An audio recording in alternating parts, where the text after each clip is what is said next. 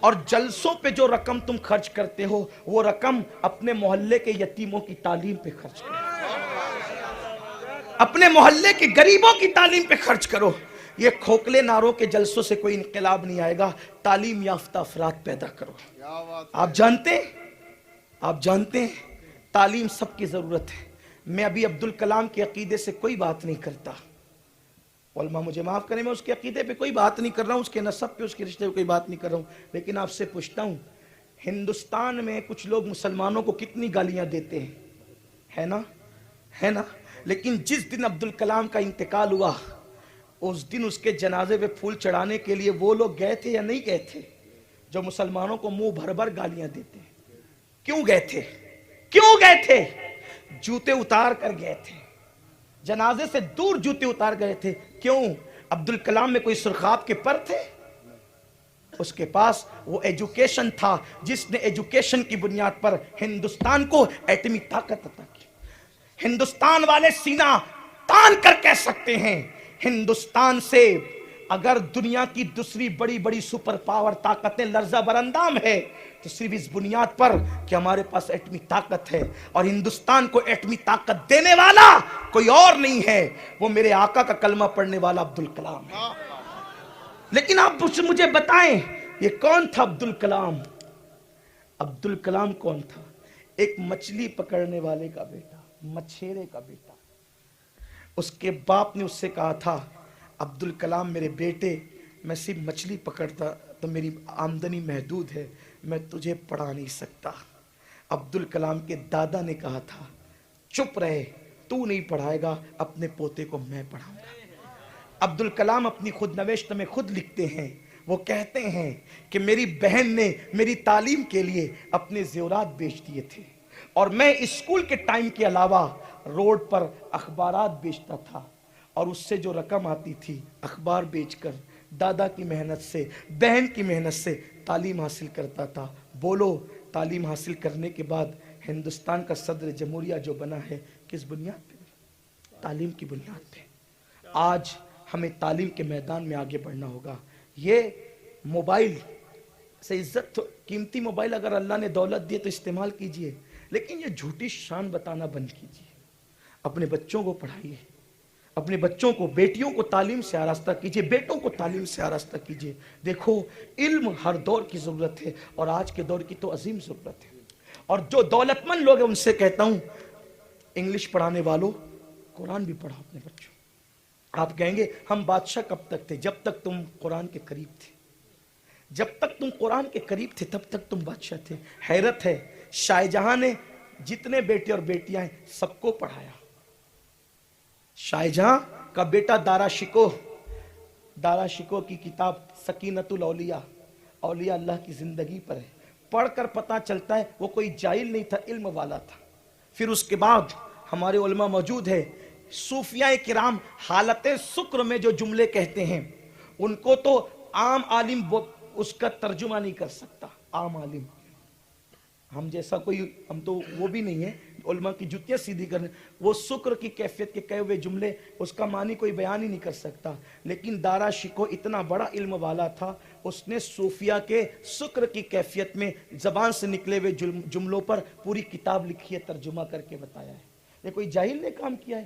اس کے بعد آپ دیکھیں شاہ جہاں نے اپنی بیٹی کو کتنا پڑھایا۔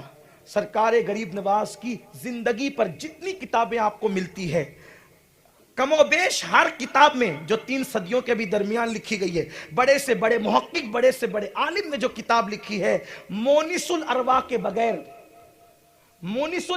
بغیر کسی بھی محقق اور عالم کی کتاب غریب نواز کی سیرت پہ مکمل نہ ہو سکی۔ یہ مونس الارواح کا مصنف کون ہے؟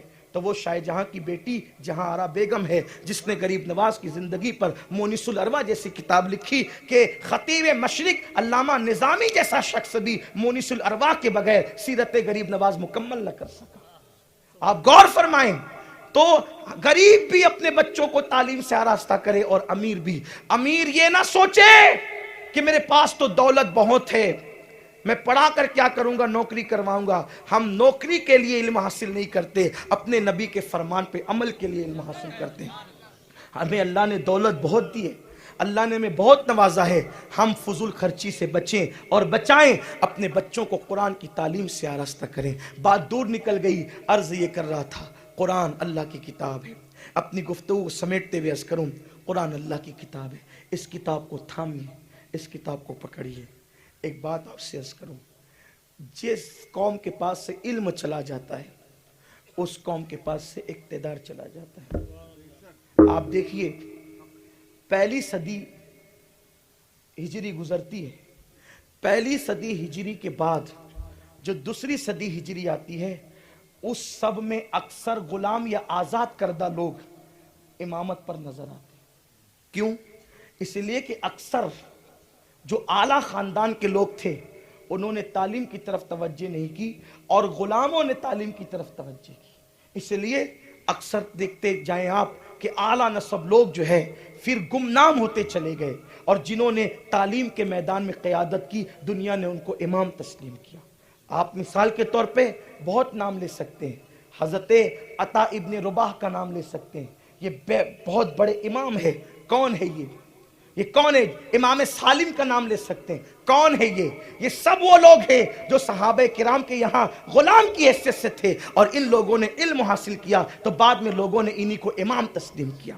میرے پیارے آقا صلی اللہ علیہ وسلم کے پیارے دیوانوں، جب تک علم کی کمانڈ اپنے ہاتھ میں رہے گی دنیا ہمیں مقتدی اور پیشوا مانتی رہے گی۔ اور ایک بات آپ سے عرض کروں، عبادت سے زیادہ اہمیت ہمارے یہاں علم کی ہے، عبادت سے زیادہ اہمیت ہمارے یہاں علم کی ہے۔ اس لیے کہ اللہ کے رسول علیہ السلام فرماتے ہیں کہ رات کے مختصر وقت میں علم دین کا حاصل کرنا رات بھر جاگ کر نفل عبادت سے بہتر ہے۔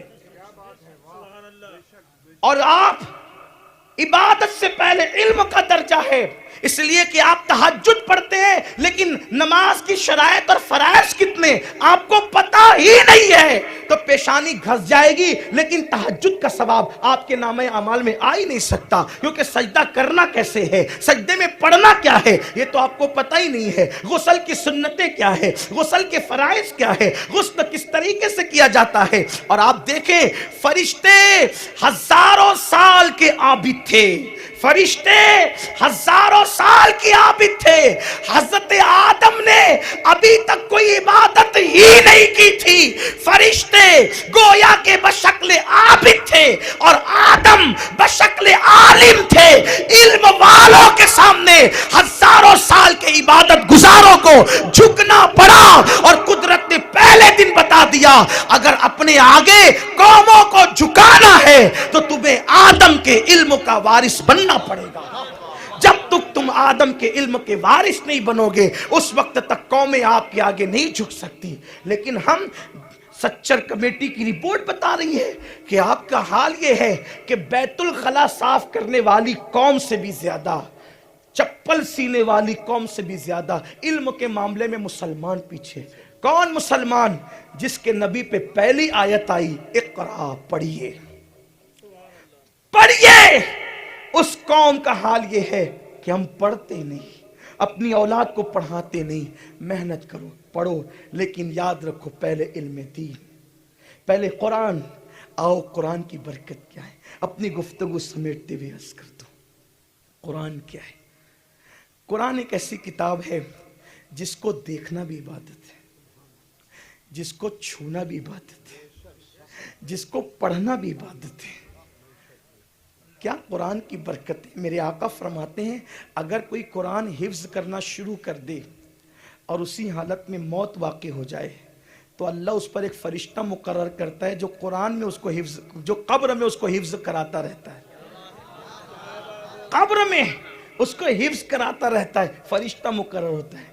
اللہ اکبر۔ حضور فرماتے ہیں علیہ الصلاۃ والتسلیم کہ جس گھر میں قرآن کی تلاوت نہیں ہوتی وہ گھر ویران قبرستان کی طرح ہے۔ آج مسلمان کہتا ہے مولانا ہم ویران کیوں ہو رہے ہیں، ہماری بستیاں ویران کیوں ہو رہی ہے؟ رسول اللہ نے تو 1400 سال پہلے فرمایا تھا کہ جس گھر میں تلاوت نہیں ہوتی وہ گھر ویران ہی ہونا ہے، وہاں ویران ہی ہے۔ کیوں نہیں پڑھتے قرآن؟ مولانا ٹائم نہیں ملتا۔ واٹس ایپ کے لیے ٹائم ہے، قرآن کے لیے ٹائم کیوں نہیں؟ فیس بک کے لیے ٹائم ہے، قرآن کے لیے ٹائم کی؟ جھوٹ ہے۔